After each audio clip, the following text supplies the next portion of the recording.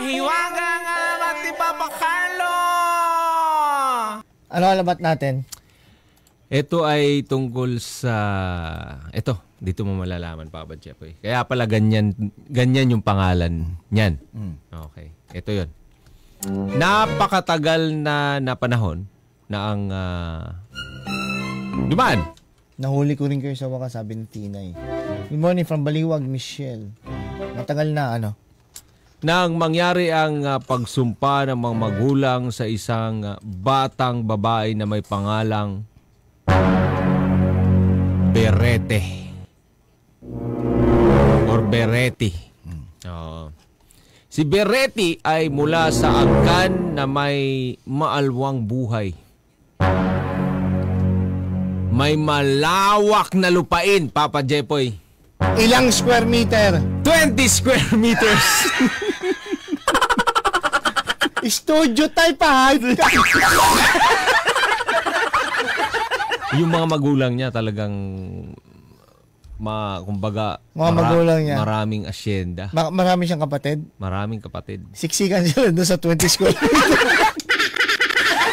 Studio type naman yun. Doon sila nagsama-sama sa compound. So, marami din silang pananim, Papa Jepoy. Marami silang mga alagang hayop. Bunso si Bereti at ang paborito siya ng ama. Bunso? Oo. Ilan ba sila? Isa lang.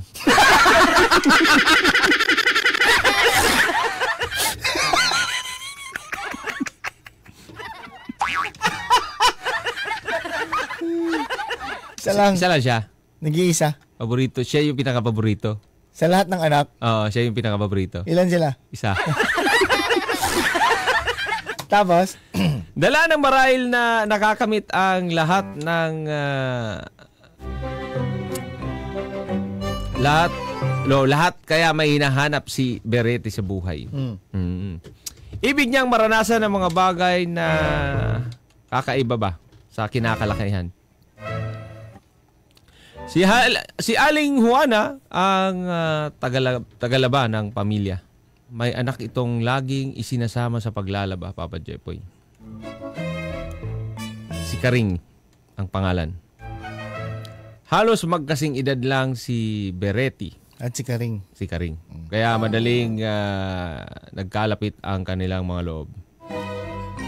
Ni Karing ay naiinggit ito kay Bereti dahil nakukuha lahat ng gusto niya. Ang sabi naman ni Bereti ay naiinggit siya kay Karing dahil marami itong bagay na nararanasan na hindi niya nararanasan. Tulad ng ilagay sa washing machine.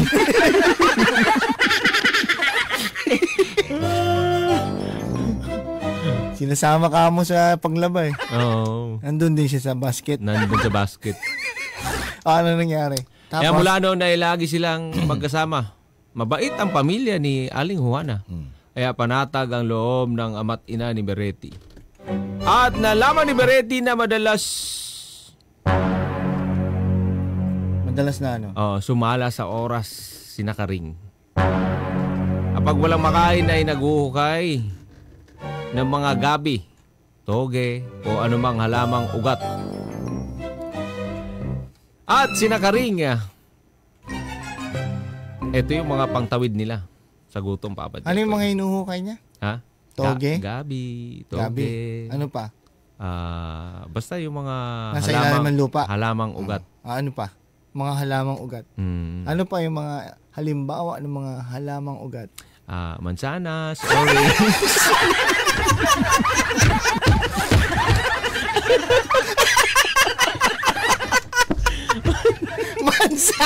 Mansanas, orange, grapes.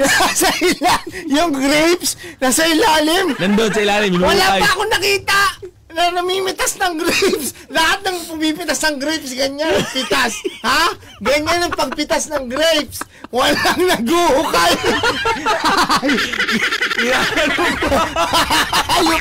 Sigurado ka grapes yan. Wala pa ako nakitang grapes na may lupa. So, ayun, Papa Jepoy, ayun, pinagkakatuan nila yung pamimitas ng mga pagkain ba.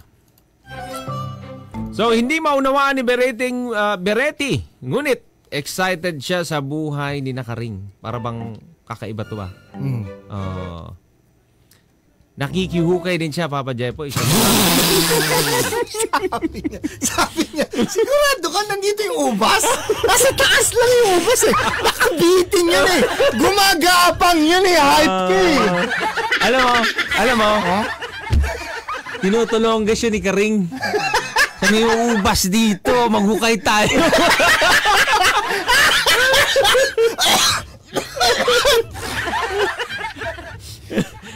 Tinutulonggis niya itong si ano. Walang kamuang-muang eh. Mayaman eh.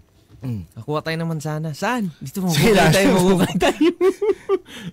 So ayun, nakikihukay itong si Papa Jeff. Sigurado ka mansanas yun. Ano kulay? Ha? Pula? Mansanas, sigurado ka? Oo. Ano kulay? Pula. Pula. May pagka-violet. Teka lang, hindi parang may mansanas. Tapos pag hiniwa mo siya, ano kulay? Ha? Pag hiniwa? Pag mahapdi sa mata. Hindi mansanas yun! Hindi mo mansanas. Gonggong! Kayo nga kumausap dito, ha?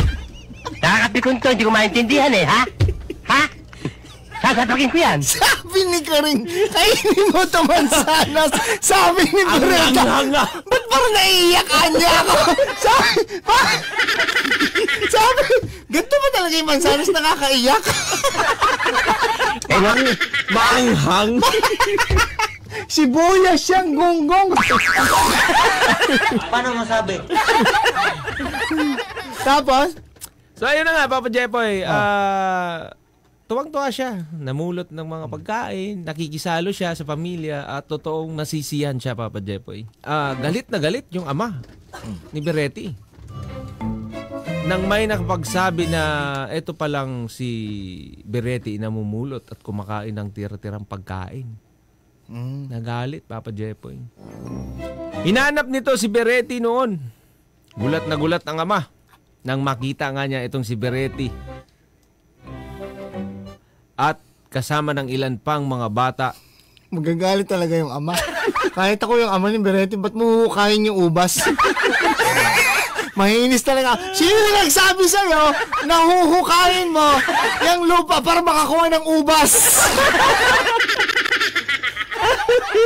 Yung ubas gumagapang pataas. Tapos ang bunga pababa. Pinipitas yun. Ginawa mong kamote eh. Ngayon, nagalit yung ama, Papa Jepoy. Dahil, nakita niyo yung anak niya. Hinihila yung kambing. Nagnakaw pa niya. Beretti! Ba't mo hila-hila yung kambing na yan? Oo. Kasi tayo kinakagat ng aso, mamamatay na to. Oo. Kinakarni na ng mga aso. Kaya hinihila-hila pala niya. Itong si Beretti ayaw sumunod, Papa Jepoy. Ayaw sumunod sa tatay. Sabi nung ama, kung ang gusto mo ay kumain ng mga tira, magpakabusog ka dyan kung ano-anong kinakain mo. At para mas maging masaya ka, habang buhay, sanang ganyan na lang ang kinakain mo. Nagalit, Papa Jepoy. Kasi syempre, yung mga kinakain nila masarap. Syempre, nagulat lang siya. Siya nga yung pinakapaboritong anak ng ama. Paborito siya lang mag-isa. Kasi syempre, ayaw niyang kumakain ng kung ano-ano. Kumakain pa ng tirang kambing. Diba? So, nagalit siya sa anak niya? Nagalit. Sa kambing. Kinabukasan, si Beretti nawala. Saan napunta? Ha? Nawala bigla, Papa Jepoy. At sa halip, isang ibong kahawig ng agila ang nakitang kumakain ng isang patay na baka. Ha?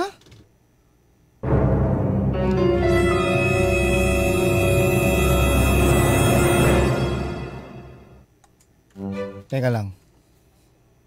mukhang agila.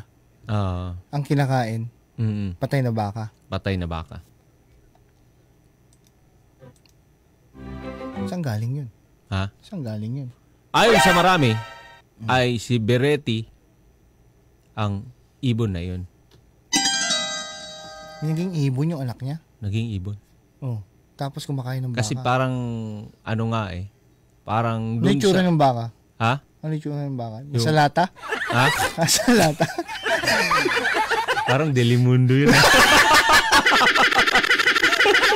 Kahit na ibon niya kumakain ng corned beef. Siya nakakuha ng can opener yan.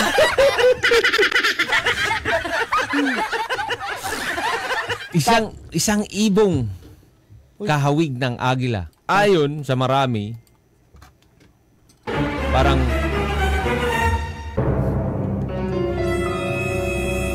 pinagdududahan nila na parang si Beretti yun ah. Oo. Naging ibon. Oo. Sinumpa ng ama. Dahil nga kung ano-ano kinakain. Kumakain ng ubas, kumakain ng mansanas.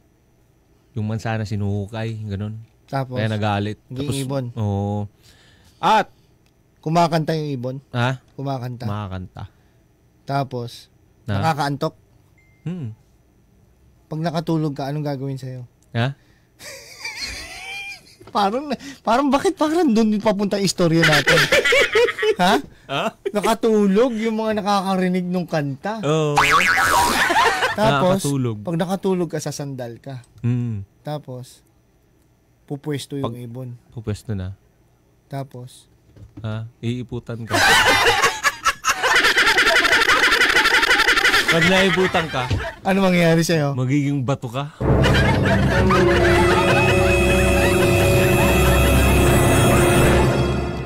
Parang ibong Adarna na yung istorya. Ha? Parang naging ibong Adarna na. Sa ibong Adarna tayo.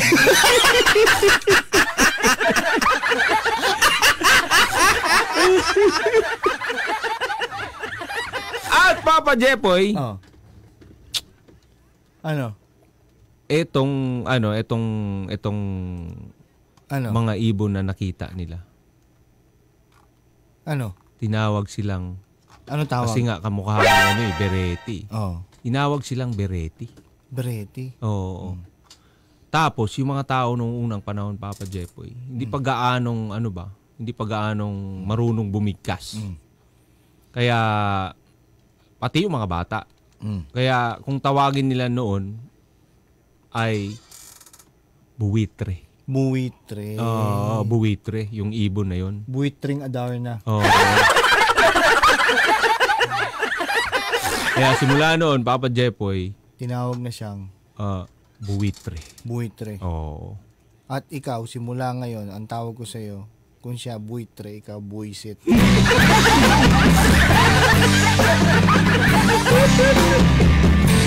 Barangay LS 97.1